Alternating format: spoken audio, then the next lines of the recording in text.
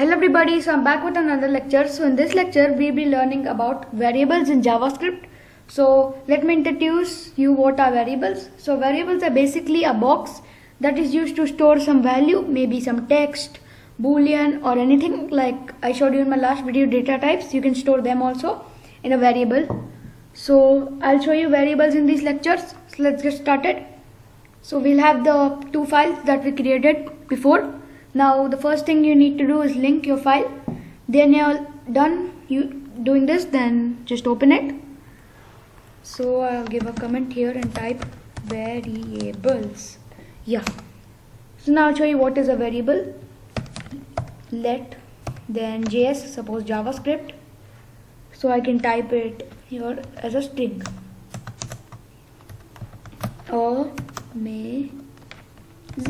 Amazing. So I'll tell you what this means. That let is basically a keyword used to define a variable, and there are two more keywords known as varg, and then there is const also. So I'll tell you the short difference between let and const. So let means you can change the value you want, means you can reassign the value of the variable, whereas in const you cannot reassign the value, it will show you error. So suppose here I've given it amazing. Now I'll do JS dot, instead of it I'll give it is amazing, and I'll log this to the console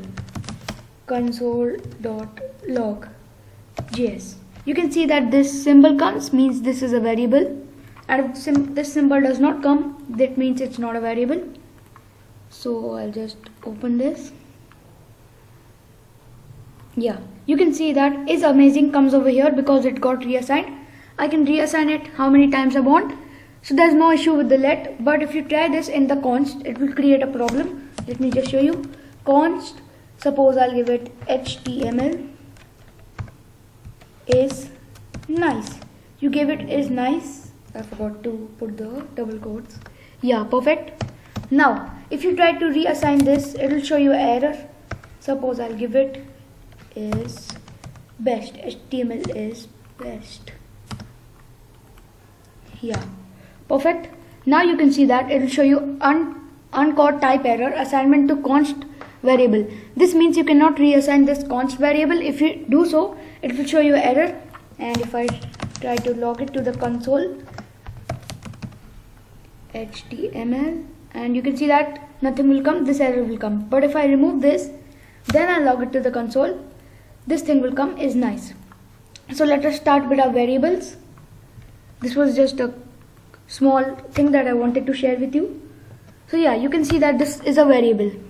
Now as I told you, this is let. We use the let, it's a keyword, and this is the name of the variable. And then this is the value that we are passing into the variable. For example, just we'll take a box. So our box is uses a keyword known as let, and then we put a label on the box name as JS. Then we store something amazing inside the box. So that is the example that I want to give you here. Now I can log my name, then I'll create another variable, let first name. And yeah, another thing that I'm doing here, I'll show you Chintia. Yeah, perfect. Console dot log first name. Yeah, first name. I'll log this to the console. You can see that my name comes over here. Now you might be wondering, what is this? Why is this N capital? So I'll tell you, this is known as camel case. When your variable name is a bit long, like this JS, it's only 2 letters, but it's a bit long, like there are 2 words, first and name. So when you're starting the second word, you put a capital letter so that it differentiates. Suppose if I write like this, first name, it looks a bit confusing. So if I give a capital letter, this means that the first is another word and the name is another word. That's why we put this. And you can also do like this. Yeah, you can just do like this also. But the camel case is this is preferred more. But this is also correct. You can use this also if you want.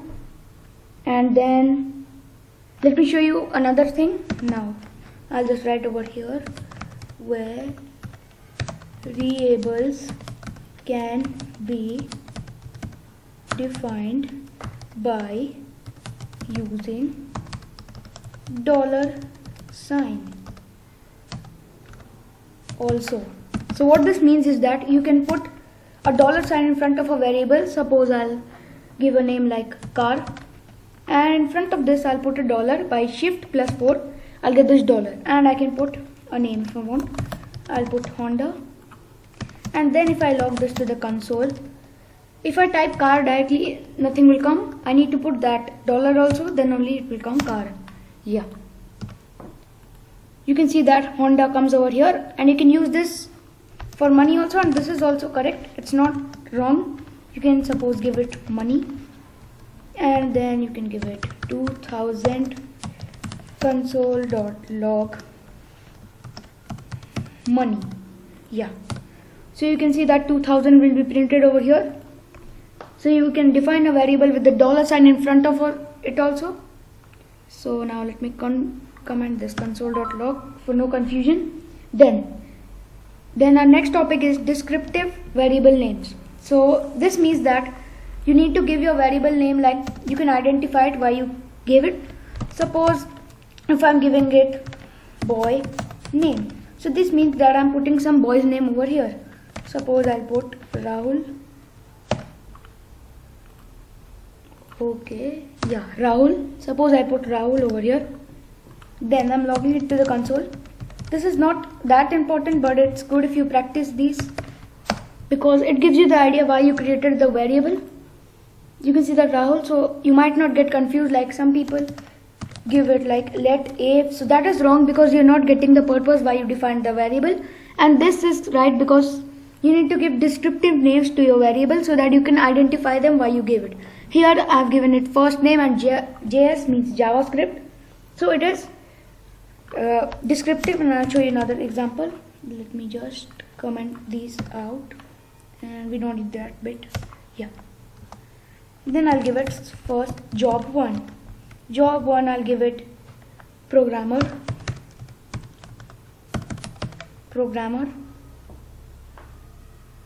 Yeah, perfect, programmer. And then let job2, I'll give it as a teacher, and I need to give these double quotes. So this tells you that what is the first job, it's a programmer, and the second job is teacher. And same like that, you can just log both of them to the console. Job1, log to the console, and I'll just log this one as well, job2 to the console. You can see that you'll get this programmer and teacher. Yeah, so this is the thing that I wanted to tell you, descriptive variable names. Then next is primitive. So what is primitive means, basically you can check what is your variable type, like whether it's a string or whether what you gave inside. So I'll show you. Let, suppose I'll give it let hi 2341. So now I want to identify this, what variable what the value is type of. So I'll just give console.log type of 234. Then you will get this, it's a number. Let me just comment them both. Yeah, perfect, you will get them that it is a number. Another example I'll give you, let hi, then you don't need to assign a variable every time, you can just copy this. So this is basically a recap of what we learned in the data types. You can see here I'll give it true. What type is true? Then a string, maybe I'll give it a string. Suppose I'll give it my name Achintya. Then null. What is null? Yeah, you can see that it will show you a number, boolean, string.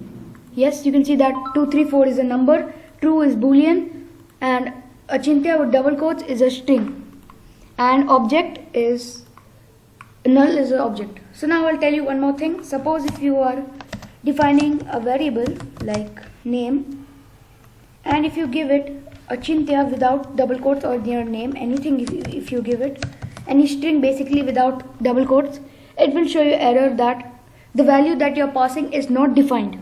So you can see that Achintya is not defined. If I create a variable like this name and I'm defining it inside another variable, then it is acceptable. Yeah. So then you can see that it's not acceptable here. So I need to remove this.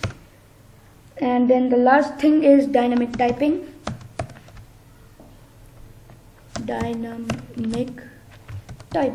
And sorry for that, I was not able to speak properly. My tongue just slipped over there. So I'm sorry for that. Yeah. You can see that I'll define a variable. Let JavaScript. You can give another camel code like this. Let JavaScript is fun. Fun is equal to true. Then you can name it again. You can like reassign it. JavaScript is equal to super. Yeah, JavaScript super.